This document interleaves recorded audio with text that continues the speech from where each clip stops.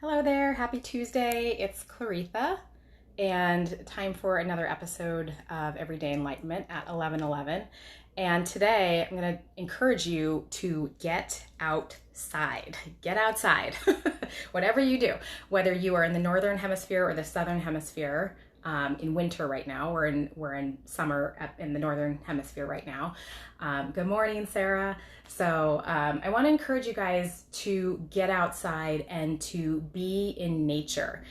And this is because being in nature, as you probably know, is beneficial for your physical, mental, and emotional health and well-being, right? We kind of know that.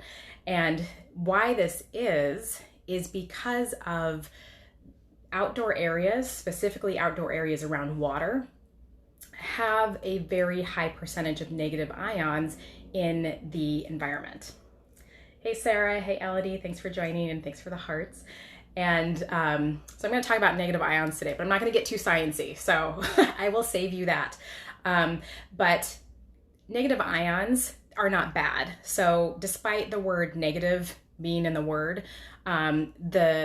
the negative word doesn't mean that they're bad. It actually just refers to the fact that it is a negatively charged energy. Okay, so I just want to clear that up. So negative ions are actually like good for you. And so negative ions in the air are beneficial. And you're probably like, why is she talking about this today? It's not like her usual thing. But because I am a holistic healthcare practitioner and an energy worker, whose job it is to also help support your body, help support your mind and the way you're feeling, and your body's natural immunity, which is an important topic right now. It's an important conversation to have with you guys. So I thought that would be beneficial for you. So, sorry about that. Something just fell.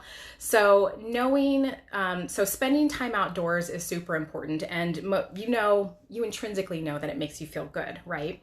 But maybe you don't know why.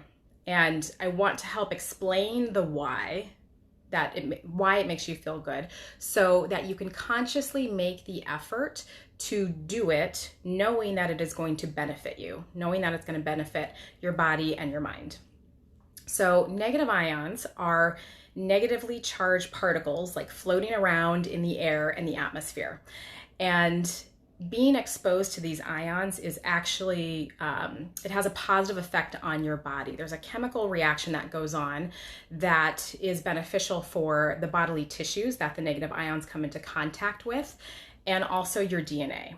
And research has shown that exposure to negative ions helps to do a myriad of things. And that includes things like lowering your, decreasing depression, decreasing seasonal affective disorder, decreasing stress, increasing immunity, and helping to regulate your sleep-wake cycles, helps to regulate your mood, and helps to increase metabolism. And also it helps to kill harmful bacteria. And there's been studies that show exposure to negative ions helps to decrease episodes of TB, tuberculosis, which is a lung-focused disease. So kind of important to spend these times outside. So you may be asking yourself, where do I find these negative ions? Where are they? How can I get more? And the simplest answer is to just go outside, just go outside. So ions are plentiful in nature, and we get them from the sun. We get them from the UV rays, the ultraviolet rays from the sun. So some exposure is actually good, depending on where you are and what's going on with your body. I'm not going to say go slather yourself in oil and foil like they used to in the 70s and the 60s. But some sun exposure is actually good for you.